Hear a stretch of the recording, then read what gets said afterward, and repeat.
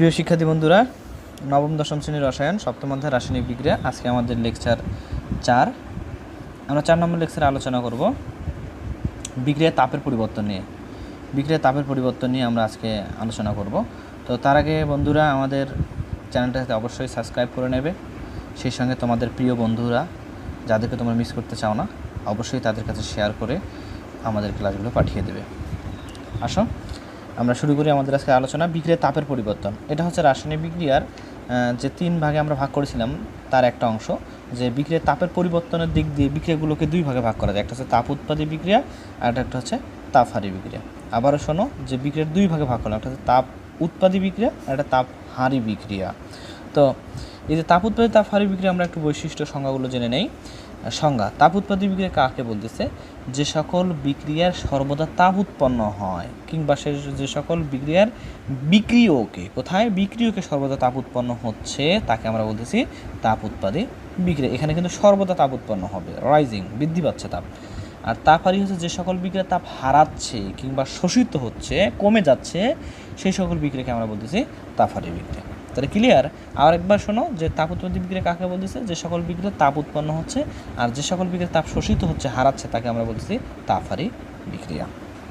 তো এর বৈশিষ্ট্যগুলো দেখো। তাপ উৎপাদী বিক্রিয়ার বৈশিষ্ট্য: তাপ উৎপাদী বিক্রিয়ায় তাপ সর্বদা বিক্রিয়কে উৎপন্ন হয়। এই যে বিক্রিয়ক এবং উৎপাদটা চেনার একটা জিনিস তোমাদেরকে জানতে হবে। যেমন এটা দেখলাম আমরা, হলো হাইড্রোজেনের সঙ্গে অক্সিজেন বিক্রিয়া করলে উৎপন্ন হলো পানি, H2O। বিক্রিয়ার সমতাকরণ করা নেই, পানি। এইখানে এই যে বাম পাশের যে অংশটা আছে সেটাকে আমরা বলি বিক্রিয়ক, এটাকে আমরা বলি বিক্রিয়ক। এটা চিনে থাকবে তোমরা সবাই, এটাকে বিক্রিয়ক বলে। আর এটাকে আমরা উৎপাদ বলে থাকি, প্রোডাক্ট বলে থাকি। হ্যাঁ, এই উৎপাদ। তো বলছি তাপ সর্বদা বিক্রিয়কে উৎপন্ন হচ্ছে। কোথায় উৎপন্ন হচ্ছে? তাপটা এইখানে উৎপন্ন হচ্ছে সবচেয়ে বেশি। তাপ উৎপাদী বিক্রিয়ার ক্ষেত্রে তাপ কোথায় বেশি হচ্ছে? বিক্রিয়কে উৎপন্ন হচ্ছে। আর তাহলে উৎপাদের কী অবস্থা? উৎপাদে যে পরিমাণ তাপ উৎপন্ন হবে তার সাথে অবশ্যই বিক্রিয়কে তাপের পরিমাণ বেশি হবে। 2 নম্বরে বলা আছে যে উৎপাদ থেকে বিক্রিয়কে তাপের পরিমাণটা বেশি। অবশ্যই উৎপাদে যে পরিমাণ তাপ উৎপন্ন হবে তার সাথে বেশি পরিমাণ তাপ উৎপন্ন হতে হবে কোথায়? বিক্রিয়কে। তাহলেই সেটাকে আমরা তাপ উৎপাদী বিক্রিয়া বলতে পারবো।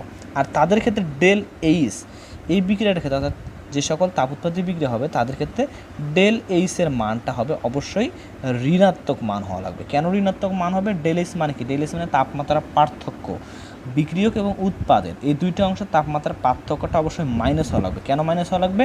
যেহেতু বিক্রিয়কের তাপের পরিমাণটা বেশি, এখানে বেশি মান হলে অবশ্যই সেটা সমানের পরে বা ইকুয়েশনের পরে অবশ্যই সেটা একটা মাইনাস মান চলে আসবে। তাই বলা হচ্ছে যে অবশ্যই ডেল এসের মানটা কী হওয়া লাগবে? ঋণাত্মক হতে হবে। উদাহরণগুলো দেখো। যেমন কার্বনের সঙ্গে হাইড্রোজেন বিক্রিয়া করলে মিথেন উৎপন্ন করছে, কার্বনের সঙ্গে অক্সিজেন বিক্রিয়া করে কার্বন ডাইঅক্সাইড উৎপন্ন করেছে, সালফারের সঙ্গে অক্সিজেন বিক্রিয়া করে সালফার ডাইঅক্সাইড উৎপন্ন করেছে। এটা মনে রাখার জন্য, তাপ উৎপাদী বিক্রিয়াগুলো মনে রাখার জন্য একটা কৌশল আমরা এখানে লিখে রাখছি। যে কৌশলটা হচ্ছে যে মিয়ার সাথে কালো হরিণ নাই।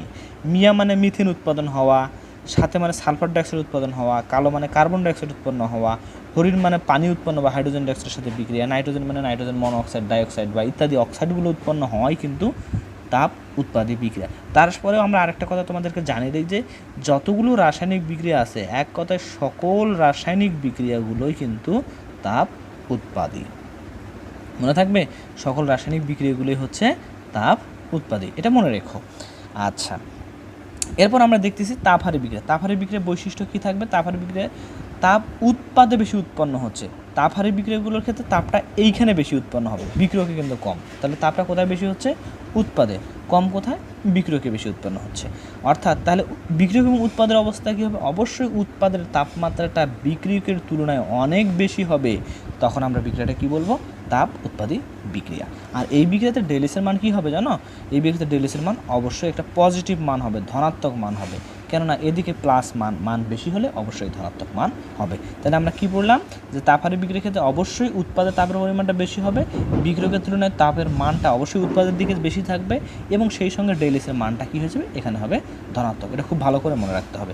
উদাহরণ দেখো, যেমন ক্যালসিয়াম কার্বনেটকে যদি বিয়োজন করি, ভাঙাই, তাহলে উৎপন্ন হয় ক্যালসিয়াম অক্সাইড এবং উৎপন্ন হয় কার্বন ডাইঅক্সাইড। এটি নিঃসন্দেহে একটি তাপহারী বিক্রিয়া। এবং পানিকে ভাঙলে আমরা পাচ্ছি হাইড্রোজেন এবং অক্সিজেন, যা একটি তাপহারী বিক্রিয়া। আমরা বলেছিলাম যে এই যে সকল রাসায়নিক বিক্রিয়াগুলো তাপ উৎপাদী বিক্রিয়া, কিন্তু রাসায়নিক বিক্রিয়ার মধ্যে সকল বিয়োজন বিক্রিয়া মানে যে বিক্রিয়াগুলোতে একাধিক উৎপাদ বা যে কোনো উৎপাদগুলো ভেঙে একাধিক কী করে বিক্রিয়কটা উৎপন্ন হয়, তথা এই যে এটা একটা প্রোডাক্ট, এটা বিক্রিয়কে থাকবে, উৎপন্ন হচ্ছে উৎপাদগুলো, সেটা অনেকটা বিক্রিয়কের মতো। এই সকল বিয়োজন বিক্রিয়াগুলো হবে তাপহারী বিক্রিয়া। আর তাহলে বন্ধুরা এবার আসো যে ইম্পর্টেন্ট কী প্রশ্ন, তাপ উৎপাদিত তাপহারী বিক্রিয়ার জন্য 1 মার্কের জন্য অবশ্যই তোমরা সংজ্ঞাগুলো মুখস্থ করবা, এবং তাপ উৎপাদিত তাপহারী বিক্রিয়ার মধ্যে পার্থক্য, এই পার্থক্যটা অবশ্যই তোমরা 2 মার্কের জন্য পড়বা। তাপ উৎপাদিত তাপহারী বিক্রিয়ার মধ্যে পার্থক্য, সেই সঙ্গে তাপ উৎপাদিত তাপহারী বিক্রিয়ার ডেল এর মান ধনাত্মক বা ঋণাত্মক হয়, এটা অবশ্যই মনে রাখবা, কেননা পরবর্তীতে আমরা অষ্টম অধ্যায়ে গেলে অঙ্ক করতে গেলে অবশ্যই তোমাদের এগুলো লাগবেই। তো বন্ধুরা ভালো থাকো, সুস্থ থাকো, আর আমাদের আরও বেশি ক্লাসগুলো পাওয়ার জন্য, ক্লাসগুলো করার জন্য অবশ্যই আমাদের চ্যানেলে সাবস্ক্রাইব করে রাখবে।